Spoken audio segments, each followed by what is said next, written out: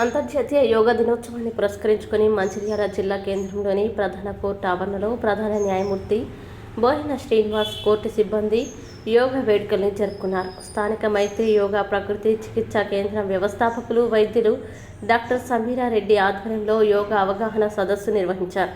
ఈ సందర్భంగా డాక్టర్ సమీరారెడ్డి అందరితో యోగాభ్యాసం, ఆసనాలు, ప్రాణాయామం, ధ్యానం చేయించి యోగా ప్రాముఖ్యతని తెలియజేశారు. న్యాయస్థానంలో వృత్తిపరంగా, వ్యక్తిగత జీవితంలో యోగా ఎలా ఉపయోగపడుతుందో ఆమె వివరించారు.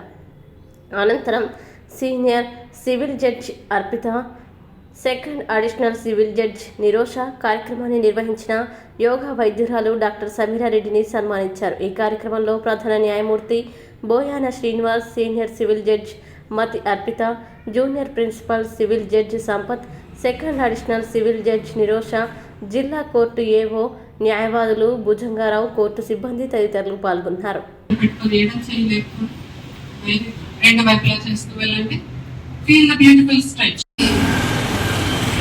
ఎక్కడైనా చేయొచ్చు, ఒక్కసారి నేర్చుకుంటే. మనకు కావాల్సింది ఎంత? 2/6 జిమ్కి వెళ్ళాల్సిన పని లేదు, డబ్బులు ఖర్చు పెట్టాల్సిన పని లేదు. వాకింగ్కి వెళ్ళాలంటే షూస్ కొనుక్కోవాలి, షూస్కి కూడా ఖర్చు లేదు, అంతేనా? ఒక్కసారి నేర్చుకున్నామంటే లైఫ్ టైం ఇంట్లో మనమే చేసుకోవచ్చు. ముఖ్యంగా మీరున్న ప్రొఫెషన్లో శారీరకంగా మీకు ఒత్తిడి ఉంటుంది, మానసికంగా కూడా స్ట్రెస్ ఉంటుంది. సో ఈ స్ట్రెస్ను మనం ఏం చేస్తాం?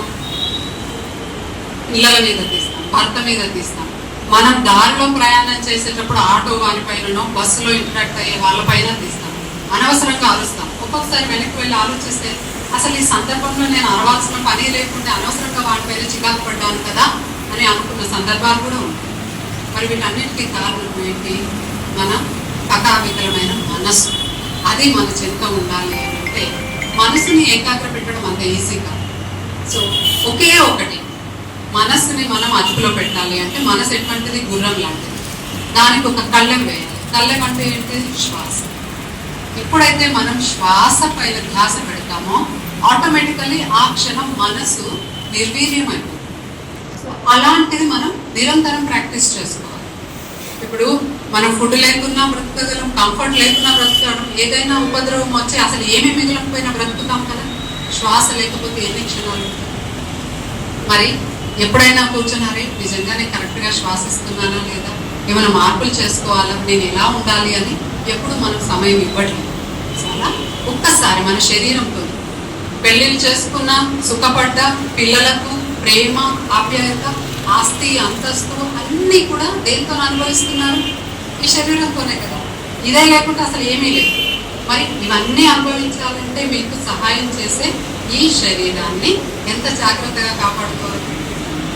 ఇది బాగుంటేనే కదా మీరు హాలిడేస్ ఎంజాయ్ చేస్తారు ఫ్యామిలీతో. ఇది బాగుంటేనే పిల్లలతో చక్కగా వాకింగ్కి వెళ్తారు, పార్కింగ్ తీసుకెళ్తారు. ఇది బాగుంటేనే భర్తతో సుఖంగా ఉంటారు. ఇది బాగుంటేనే మీ జాబ్ని చక్కగా చేస్తారు. సో ఏది కావాలన్నా ఇది అవసరం. ఆరోగ్యం దేనికి? పలు ధర్మ సాధన. ఆరోగ్యకరమైన శరీరంతోనే అన్ని ధర్మాలు పాటించగలం. మరి ఆ ఆరోగ్యం, సంపూర్ణ ఆరోగ్యం ఏ విధంగా వస్తుంది? నేను నడవలేదు, మోకాలు నొక్కుంటే నడవలేదు, యోగా చేసుకోవచ్చు. బెడ్ మీదనే ఉంటున్నామండి, నో ప్రాబ్లం. బెడ్ మీద పడుకొని కాలు లేపితే ఉత్తాన పాదాసనం అవుతుంది.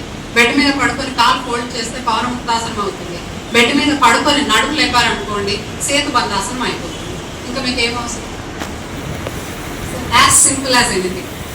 సో దీన్ని ఈ రోజుతో కాకుండా ఈ రోజే మొదలు పెట్టండి, ప్రతిరోజు చేయండి. నాకు ఈ Monday to Friday, Saturday, Sunday holiday లేదు, ప్రతిరోజు తింటున్నాను కదా, మరి దీనికి ఎందుకు హాలిడే? ఆరోగ్యంగా ఉండాలి అంటే ఎప్పుడో 50లో 60లో బ్లడ్ ప్రెషర్ పెరిగి డాక్టర్ దగ్గరికి వెళ్ళి అప్పుడు ఆయన అరే మీకు హార్ట్ స్ట్రోక్ వచ్చింది, నాన్ వెజ్ మానేయండి, నూనె తగ్గించండి, వేపుళ్ళు తగ్గించండి అంటే అప్పుడు కాదు మనం చేయాల్సింది. ఇప్పటి నుండి మొదలు పెడితే అసలు ఆ పరిస్థితి మనకి లైఫ్లో రాదు, మన ఫ్యామిలీకి రాదు. సో ఈ ఆపర్చునిటీ నాకు ఇచ్చినందుకు సార్కి, ఇంత ఓపికగా చాలా మంచిగా చేసినందుకు మీ అందరికీ కూడా మనస్ఫూర్తిగా ధన్యవాదాలు.